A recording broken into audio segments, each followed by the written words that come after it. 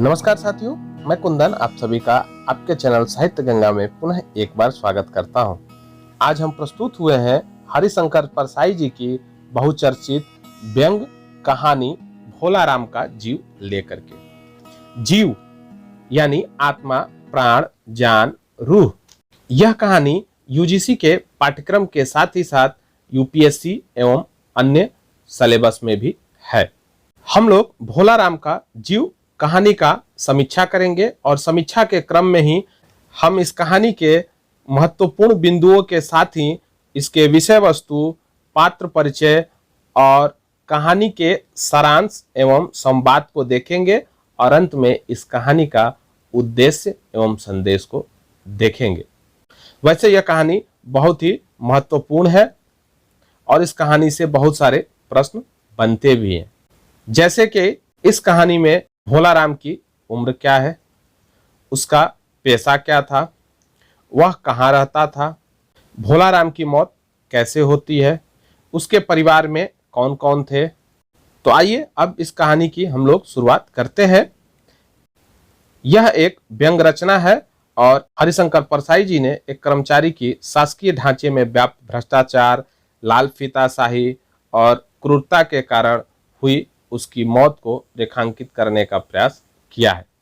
इस कहानी में एक तरफ मानवीय संवेदना है तो दूसरी तरफ तीखे व्यंग है। भोला राम का जीव कहानी की तरह ही एक कविता है जिसका नाम है प्रेत का बयान, जिसे नागार्जुन जी ने लिखा है। वह भी साहित्य गंगा पर उपलब्ध है। इस कहानी में परसाई जी ने हिंदी के साथ ही साथ अंग्रेजी और उर्दू शब्दों का भी भरपूर इस्तेमाल किया है। जैसे अंग्रेजी के शब्दों में allot, register, record, overseer, income tax, paperweight, pension, file आदि। वही उर्दू शब्दों में इमारत, दरख्वास्त, दफ्तर, कागजात आदि। अब आइए हम लोग इस कहानी के विषय वस्तु की बात करते हैं। इस कहानी में हरिशंकर परसाई जी ने गरीबी की बीमारी से मौत पर प्रकाश डाला है। सरकारी पेंशन विभाग में व्याप्त भ्रष्टाचार को उजागर करने का काम किया है। लोभ लालच में फंसी मानवीय संवेदनाओं पर हरिशंकर परसाई जी ने तीखा व्यंग किया है। एक रिटायर सेवानिवृत्त व्यक्ति के संघर्षों पर आधारित कहानी है। इस व्यंग कहानी के माध्यम से हरिशंकर परसाई जी ने पेपरवेट यानी घूस के लिए सभी नियमों की अनदेखी पर प्रकाश डाला है। और सबसे महत्वपूर्ण बात यह है कि इस कहानी की जब शुरुआत ही होती है तभी परसाई जी ने नरक में भी भ्रष्टाचारियों के भ्रष्टाचार से धर्मराज परेशान है, इसको उजागर किया है। यानी भ्रष्टाचारी इंसान की आत्मा तक में भ्रष्टाचार बस गया है, इस बात को इस कहानी में उन्होंने रेखांकित किया है। अब हम लोग इस कहानी के पात्रों की चर्चा करते हैं। संवाद की दृष्टि से आए पात्रों की हम चर्चा कर ले पहले। तो इस कहानी में एक भोला राम है जो इस कहानी का नायक है और उसकी एक पत्नी है, एक लड़की है। इसके अलावा इस कहानी में धर्मराज है यानी यमराज, मृत्यु के देवता, एक चित्रगुप्त है जो धर्मराज के क्लर्क माने जाते हैं, एक यमदूत है, नारद मुनि है और सरकारी विभाग से एक साहब है, चपरासी है, बाबू है। इसके अलावा इस कहानी में किसी भी पात्र का संवाद नहीं है। वैसे परीक्षा की दृष्टि से यह प्रश्न बनता है कि भोला राम के परिवार में कुल कितने लोग हैं।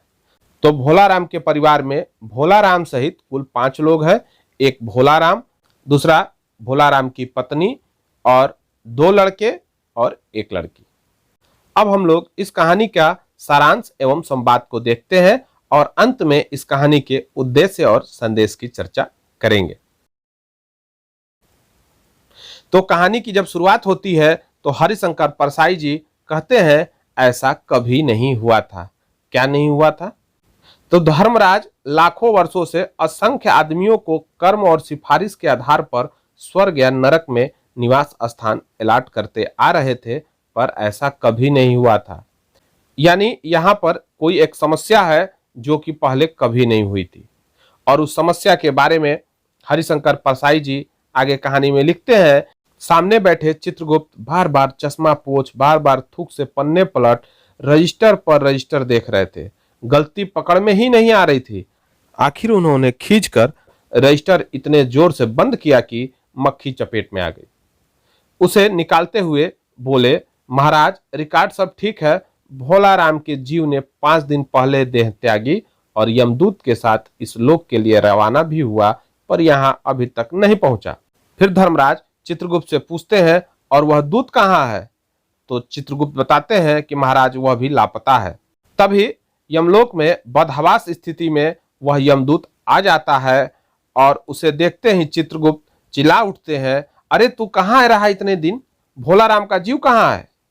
यमदूत हाथ जोड़ करके कहता है, दया निधान, मैं कैसे बतलाऊं कि क्या हो गया। आज तक मैंने धोखा नहीं खाया था, पर भोला राम का जीव मुझे चकमा दे गया।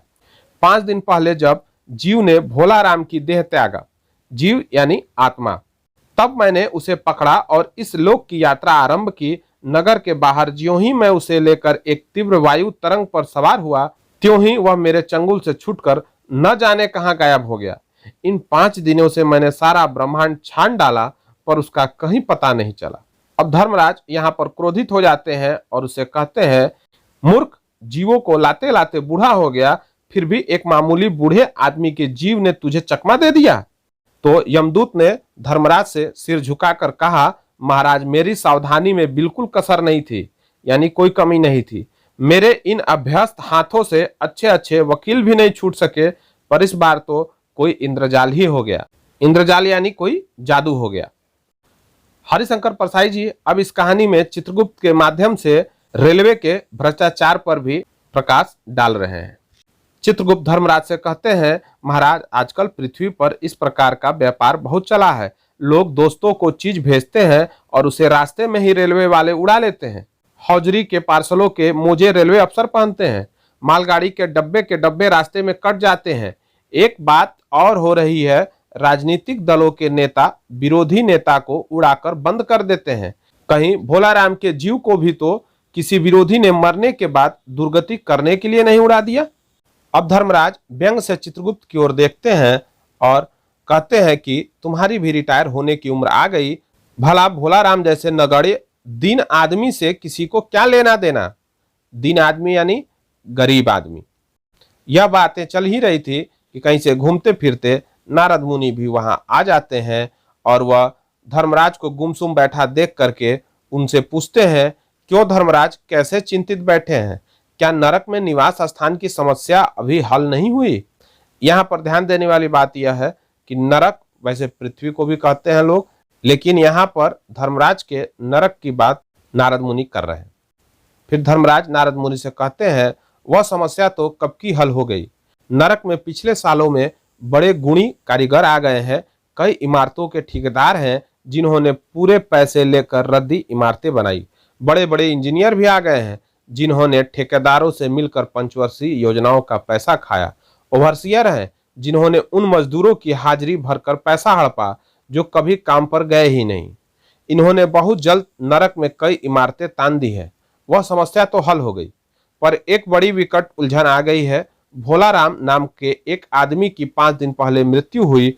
उसके जीव को यह दूत यहाँ ला रहा था कि जीव इसे रास्ते में चकमा देकर भाग गया। इसने सारा ब्रह्मांड छान डाला, पर वह कहीं नहीं मिला। अगर ऐसा होने लगा तो पाप पुण्य का भेद ही मिट जाएगा। तो नारद मुनि धर्मराज से कहते हैं, उस पर इनकम टैक्स तो बकाया नहीं था, हो सकता है उन लोगों ने रोक लिया हो। तो चित्रगुप्त कहते हैं, इनकम होती तो टैक्स होता, भूख मरा था। नारद बोले, मामला बड़ा दिलचस्प है, अच्छा मुझे उसका नाम पता तो बताओ, मैं पृथ्वी पर जाता हूं। अब कहानी का नायक जो भोला राम है उसका विस्तृत परिचय यहाँ पर चित्रगुप्त दे रहे हैं। चित्रगुप्त ने रजिस्टर देखकर बताया, भोला राम नाम था उसका। जबलपुर शहर में घमापुर मोहल्ले में नाले के किनारे 1-1.5 कमरे के टूटे फूटे मकान में वह परिवार समेत रहता था। उसकी एक स्त्री थी, 2 लड़के और 1 लड़की। उम्र लगभग 60 साल। सरकारी नौकर था। 5 साल पहले रिटायर हो गया था, यानी जब वह मरा है तो वह 65 साल का है। मकान का किराया उसने 1 साल से नहीं दिया, इसलिए मकान मालिक उसे निकालना चाहता था। इतने में भोलाराम ने संसार ही छोड़ दिया। आज 5वां दिन है। बहुत संभव है कि अगर मकान मालिक वास्तविक मकान मालिक है तो उसने भोलाराम के मरते ही उसके परिवार को निकाल दिया। इसलिए आपको परिवार की तलाश में काफी घूमना पड़ेगा। अब नारद जी धरती पर आते हैं और दिए गए पते के हिसाब से जाते हैं। वहां पर पहुंचते हैं तो माँ बेटी के सम्मिलित क्रंदन से ही नारद भोलाराम का मकान पहचान गए। क्रंदन यानी रोने की आवाज। नारद जी ने द्वार पर जाकर आवाज लगाई, नारायण नारायण। लड़की ने देखकर कहा, आगे आओ महाराज।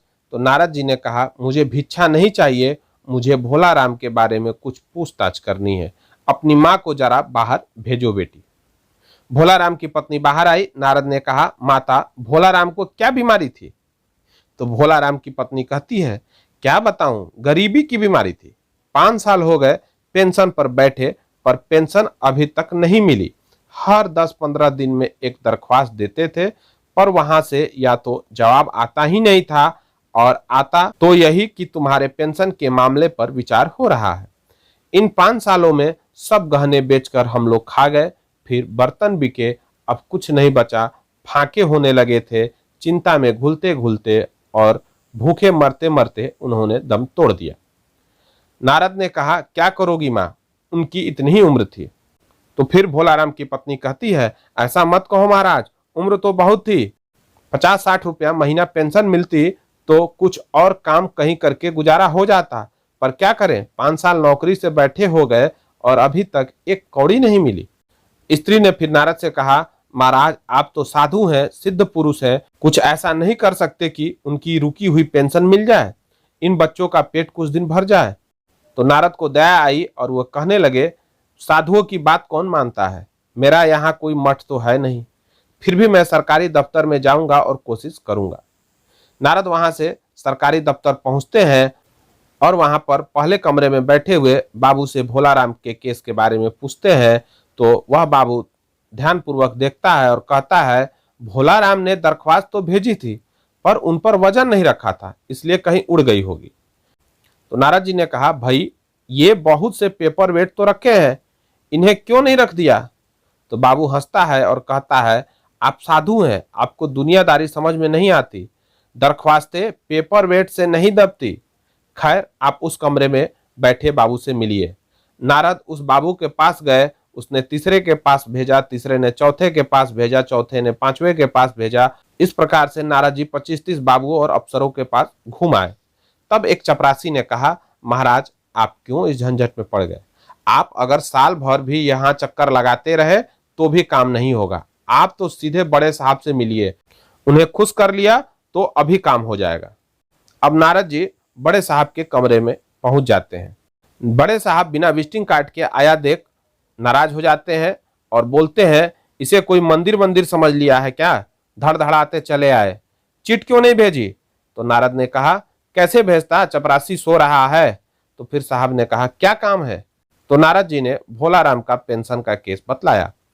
तब साहब बोले, आप है वैरागी, दफ्तरों के रीति रिवाज नहीं जानते, असल में भोलाराम ने गलती की। भाई यह भी एक मंदिर है, यहाँ भी दान पुण्य करना पड़ता है।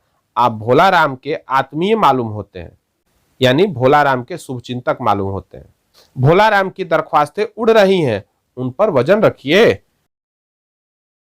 फिर नारद जी के सामने यहाँ वजन की समस्या खड़ी हो गई और वास्तव में नारद जी इस वजन का मतलब नहीं समझ पा रहे। साहब फिर बोलते हैं, भाई सरकारी पैसे का मामला है, पेंशन का केस 20 दफ्तरों में जाता है, देर लग ही जाती है।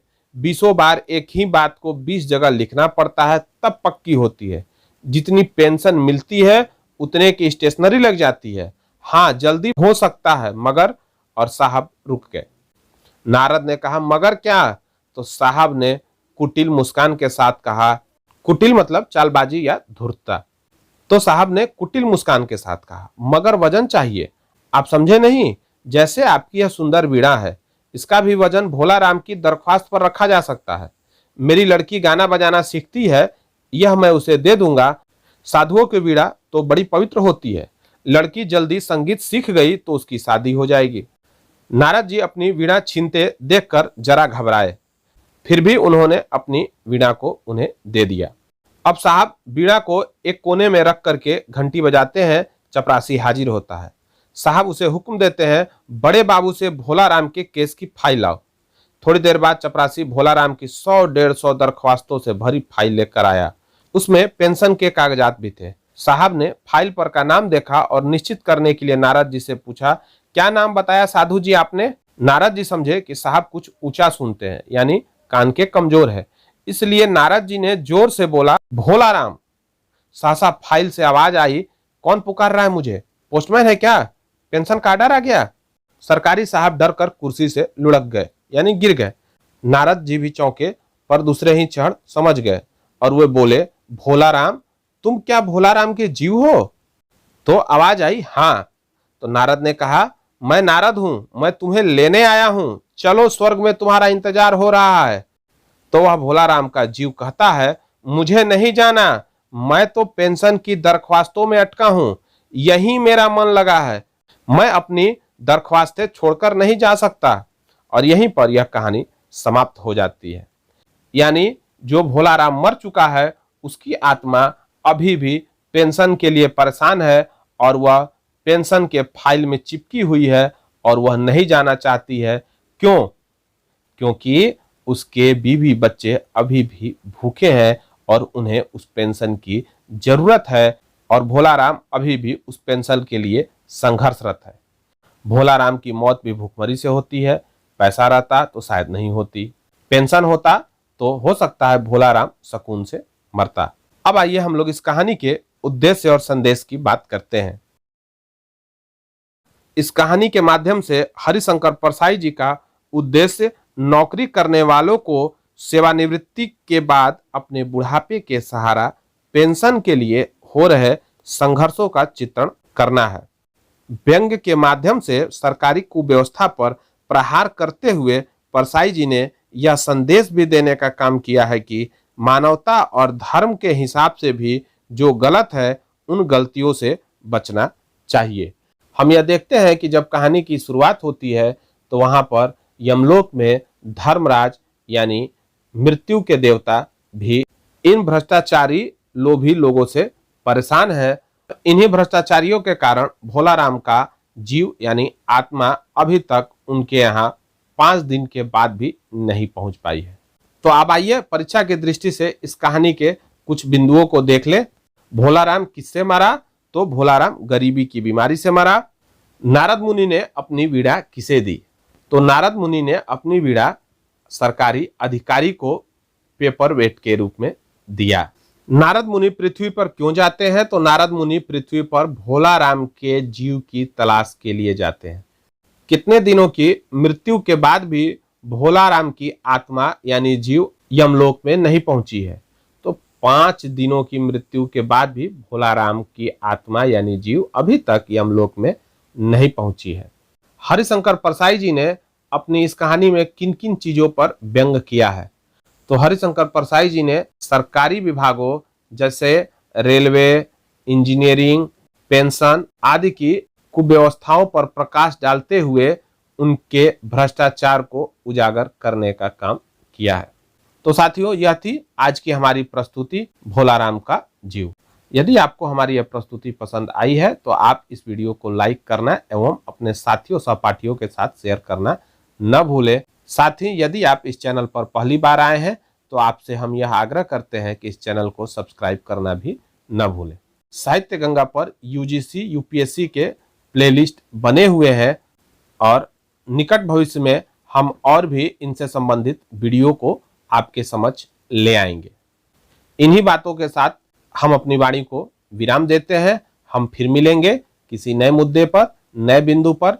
तब तक के लिए जय हिंदी, जय भारत। आप सभी का दिन शुभ हो।